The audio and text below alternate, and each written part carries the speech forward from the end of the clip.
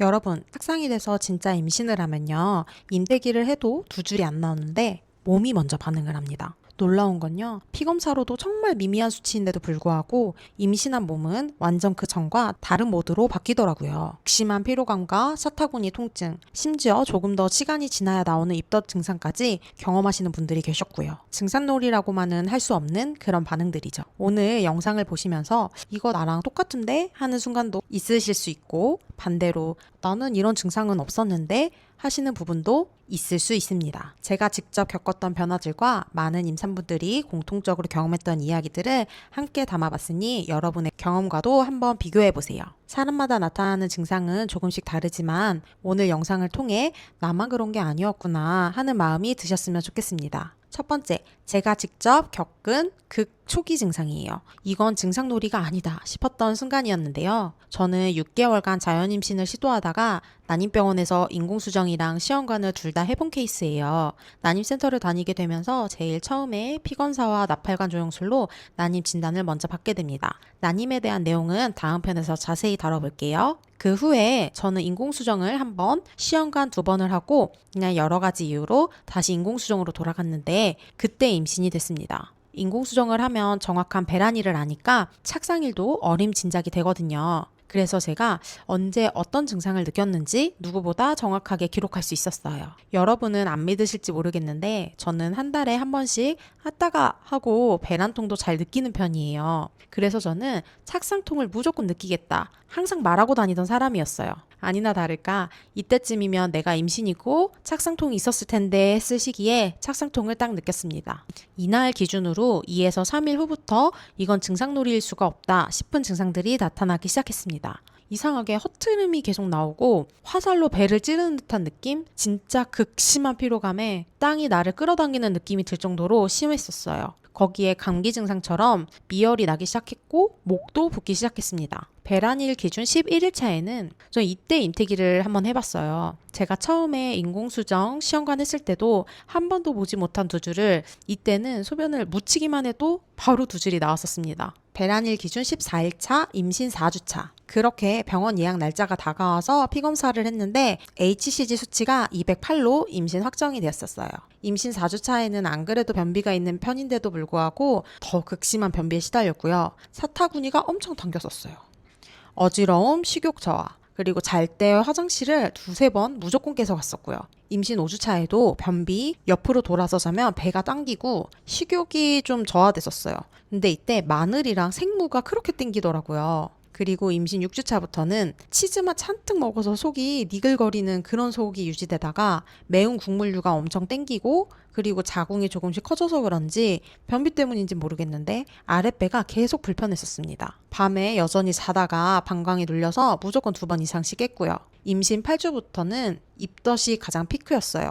매스끄럽고 구토, 공복에 특히 심해졌습니다. 진짜 참얼미를 엄청 세게 하는 딱 그런 느낌이에요. 이게 정말 괴로운 게 토는 안 나오고 계속 속만 울렁거리는데 진짜 제발 그만 이런 걸 외쳤었어요. 아침뿐 아니라 하루 종일 울렁거렸습니다. 제가 고기를 엄청 좋아하는데도 붉은유 고기 사진만 봐도 코에서 그 붉은 색깔 비린내가 엄청 나는 거예요. 그래서 15주 때까지 붉은 고기를 아예 못 먹었었어요. 대신에 과일을 엄청 먹었었는데 이게 먹덧인지는 잘 모르겠는데 속이 비면 좀 울렁거리는 증상이 있어서 최대한 속을 안 비워지게 하려고 야금야금 크래커 같은 걸 계속 먹어줬습니다. 제 입덧 탈출 팁은 병원에서 입덧약 디클레틴 처방받아서 무조건 먹어줬었고요. 마른 크래커랑 바나나를 먹었었는데 입을 바짝바짝 마르게 하니까 좀 괜찮아지더라고요.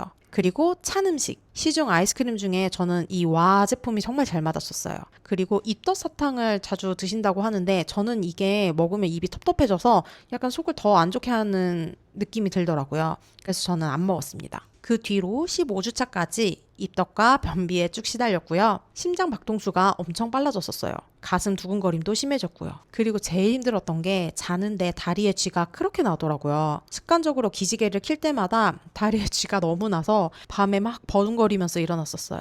입덧은 16주 정도 되니까 거의 마무리가 되었었습니다. 저는 앞부분에 말씀드린 것처럼 이런 증상들을 겪었는데 대부분의 산모들이 겪는 극초기 증상을 한번 종합해서 정리해봤어요.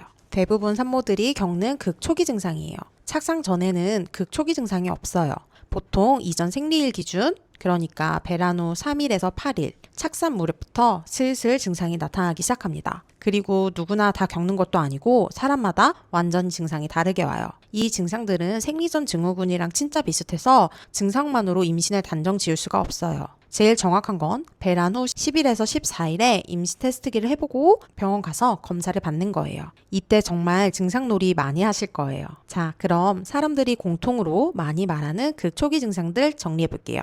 몸살이나 감기 걸린 것 같은 느낌, 미열, 두통, 그리고 허리 통증이 있을 수 있고요. Y존, 사타구니가 콕콕콕콕 찌르는 통증, 이건 배란통으로 오해하기 진짜 쉬운데 이 증상들도 많이 나타나더라고요. 가슴이 생리전처럼 아프기도 하고 물 같은 냉이 확 늘었다가 우윳빛 냉으로 이어져서 라이너가 필요할 정도로 많이 나오기도 하고요. 아랫배는 생리통처럼 살살 아프고 그리고 극심한 피로감, 조금만 움직여도 숨이 차고 잠이 엄청 많아져요. 화장실도 자주 가게 되고요. 그리고 환도선다, 이 통증 들어보셨죠? 저는 이 통증이 중기서부터 왔었는데 임신 초기서부터 느끼시는 산모분들이 계시더라고요. 이거 진짜 무시 못해요. 모든 행동 중에 허리를 안 쓰는 행동이 없으니까 모든 행동 하나하나가 고통이었어요. 이때 해줄 수 있는 건 주무실 때 바디필로우로 다리를 잘 받쳐서 허리가 과하게 꺾이지 않게 유지시켜주는 거. 힘드시지만 스트레칭. 그리고 저는 한방을 믿지 않는 사람이었는데 주변에서 한번 가보라고 해서 침을 살짝 맞아봤어요.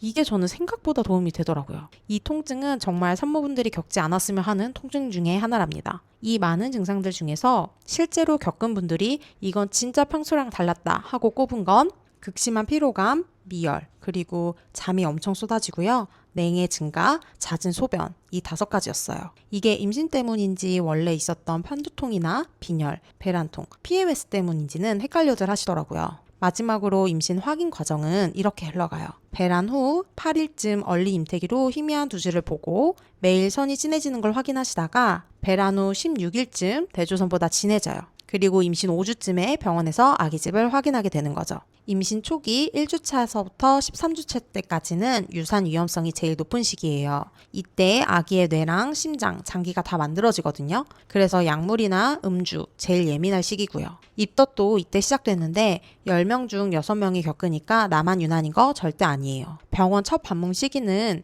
마지막 생리의 시작일 기준으로 5에서 6주가 적당해요. 너무 일찍 가면 아기집이 안 보입니다. 보통 아기집은 임신 5주차 이후부터 보이기 시작해요. 병원을 가야 하는 증상과 아닌 증상을 한번 구분해 볼게요. 아랫배가 생리통처럼 살살 아픈 건 자궁이 커지는 거라 괜찮아요. 근데 참기 힘들거나 설사, 구토가 동반되면 무조건 병원을 가셔야 됩니다. 출혈도 소량은 흔한데 생리처럼 많이 나오거나 통증이 같이 오면 이것도 바로 병원으로 가셔야 되는 거예요. 그리고 이거 진짜 강조할게요. 열이 38도 이상 고열에 시달리게 되면 아기 기형의 위험성을 높일 수 있어요. 그러니까 고열이 난다면 꼭 병원을 가셔야 돼요. 임신인 줄 모르고 약 먹었어요 하시는 분들 너무 자책하지 마세요. 대부분 괜찮아요. 단 임신 사실을 안 다음부터 꼭 의사랑 상담하시면 됩니다. 이건 너무 당연한 거죠. 술, 담배 이건 타협이 없어요.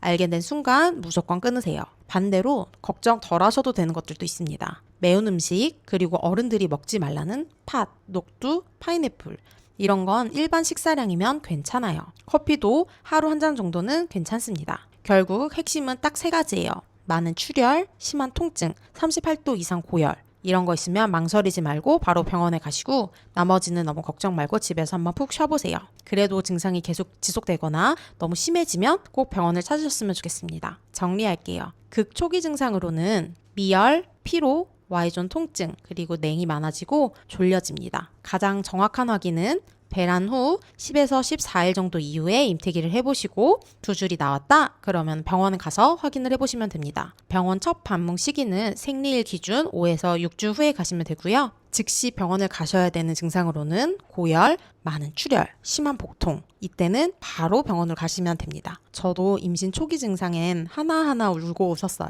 근데 돌아보면 증상에 너무 매달리기보다는 몸이 보내는 신호를 편안하게 받아들이는 게 마음이 편한 길이더라고요. 다음 영상에서는 제가 겪었었던 난임과 인공수정, 시험관 이야기를 솔직하게 다 풀어볼게요. 지금 같은 고민을 하고 계신 분들 댓글로 얘기 나눠봐요. 오늘도 안녕.